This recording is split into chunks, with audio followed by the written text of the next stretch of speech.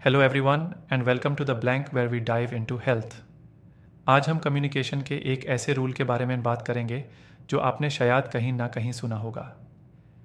ये रूल कहता है कि जब हम कम्युनिकेट करते हैं तो शब्दों का असर सिर्फ 7% होता है, हमारी आवाज़ का टोन 38% और हमारी बॉडी लैंग्वेज 55% मैटर करती है।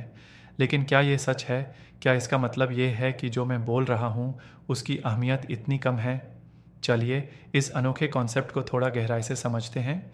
तो ये जो 738-25 का रूल है, इससे प्रोफेसर अल्बर्ट मेहराबियन ने बनाया था। कई सालों तक इस रूल को गलत समझा गया है। लोग सोचते थे कि जब भी हम कुछ कहते हैं तो लोगों को हमारे शब्द सिर्फ 7% ही याद रहते हैं। अगर आप एक राइटर हैं या शब्दों के जादूगर हैं तो ये सुनकर कितना बुरा लगेगा, है ना? मैं भी हमेशा सोचता था कि ये कैसे हो सकता है, क्योंकि एक अच्छी तरह से लिखी गई स्पीच और एक बुरी स्पीच में ज़मीन आसमान का फ़र्क होता है। लेकिन प्रोफेसर मेहराबियान का असली मतलब कुछ और था। उनका कहना था कि यह रूल तभी अप्लाई होता है जब हम किसी के इमोशंस को, यानी उनकी भावनाओं को समझने की कोशिश कर रहे होते हैं।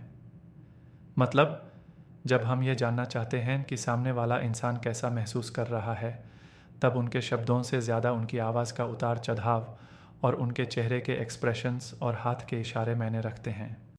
इस पर्सपेक्टिव से देखें तो ये रूल बिल्कुल सही लगता है।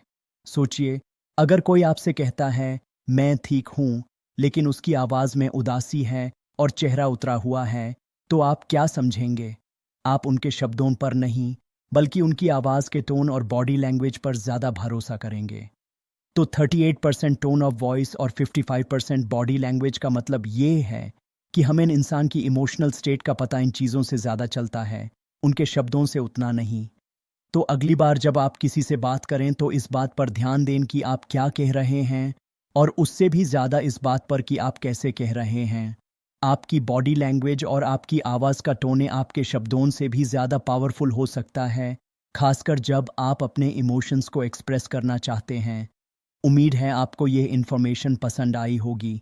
अगर आपको ये वीडियो अच्छा लगा तो प्लीज़ लाइक करें, शेयर करें और हमारे चैनल ब्लैंक को सब्सक्राइब करना ना भूलें। हम आपसे मिलेंगे अगले वीडियो में। धन्यवाद।